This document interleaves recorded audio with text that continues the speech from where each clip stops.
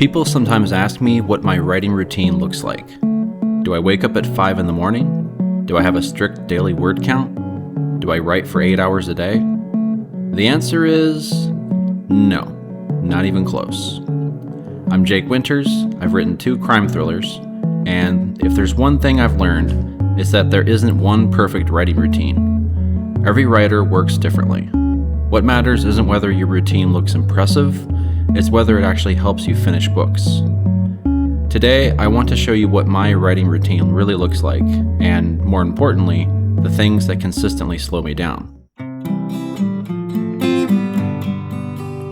One of the biggest myths about writing is that you have to write every single day or you're somehow not a real writer. I've never believed that. Sometimes I write 5 days in a row. Other times, I won't touch my manuscript for weeks. What I've learned is that consistency matters over months, not necessarily over individual days. Missing one writing session won't ruin your novel. Giving up on the novel will. I also think people underestimate how mentally demanding writing can be.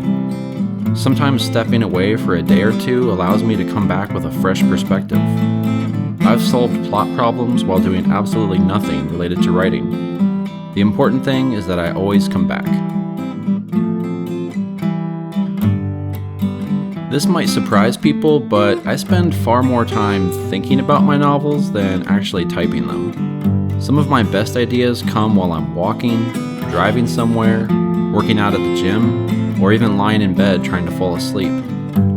I'll replay scenes over and over in my head, imagining different conversations, different twists, and different endings until one of them finally feels right.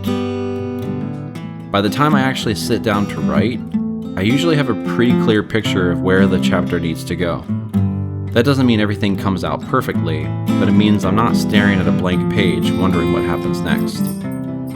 For me, thinking is part of writing. Sometimes it's the most important part.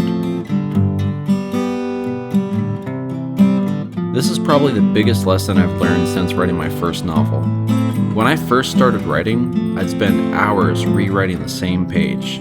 I'd tweak dialogue, rearrange the sentences, obsess over tiny details because I wanted everything to be perfect before moving on. The problem is that while I was polishing chapter 3 for the 10th time, chapter 4 didn't even exist. Eventually, I realized something. You can't edit a chapter you never wrote. Now I give myself permission to write an imperfect first draft. I know I'll come back later and improve it. The goal of a first draft isn't perfection. The goal is to simply exist. People love talking about writer's block. Honestly, that usually isn't my biggest problem.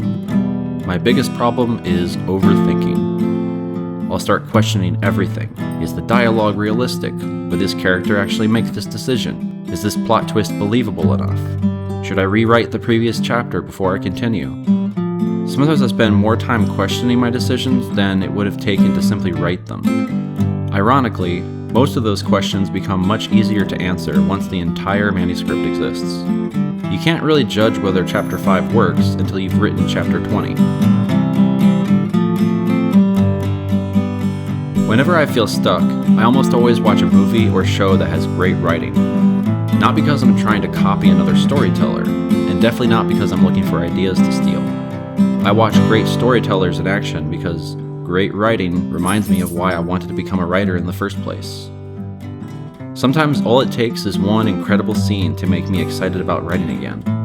Seeing another storyteller create unforgettable characters or build incredible suspense reminds me of what's possible if I keep putting in the work. Movies and shows don't distract me from writing, they fuel it. I think a lot of people imagine authors sitting around waiting for inspiration, waiting until the perfect idea suddenly appears. That hasn't really been my experience. More often than not, motivation shows up after I've already started. I'll sit down planning to write for 20 minutes, and before I know it, I've been writing for 2 hours. The hardest part usually isn't writing, it's starting. I've learned that if I simply begin, inspiration has a funny way of catching up. What starts out as a vague concept of a story begins to take shape, the characters develop, the story deepens, the conflict emerges. Before I know it, I have a real story to tell, and I would never have gotten there had I just sat around waiting to get inspired. Neither of my novels have become bestsellers. Neither one sold hundreds of thousands of copies, and yet I still write, because I genuinely love it. I love building mysteries. I love creating complicated characters. I love planting clues that readers won't fully understand until many pages later. There's something incredibly satisfying about watching a story that existed only in your imagination slowly become something other people can experience. Of course, I'd love more people to read my books.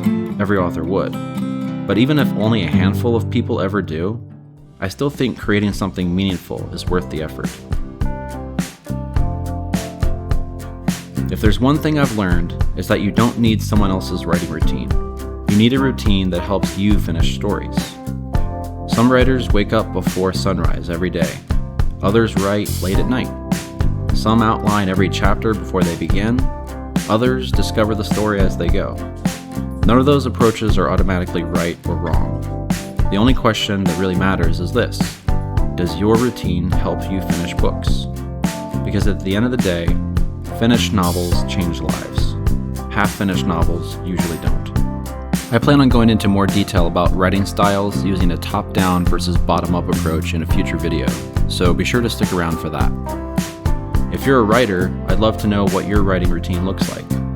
What's the biggest thing that slows you down? Let me know in the comments.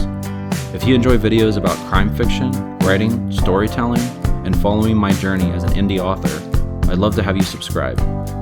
I'm Jake Winters, thanks for watching, and I'll see you in the next one.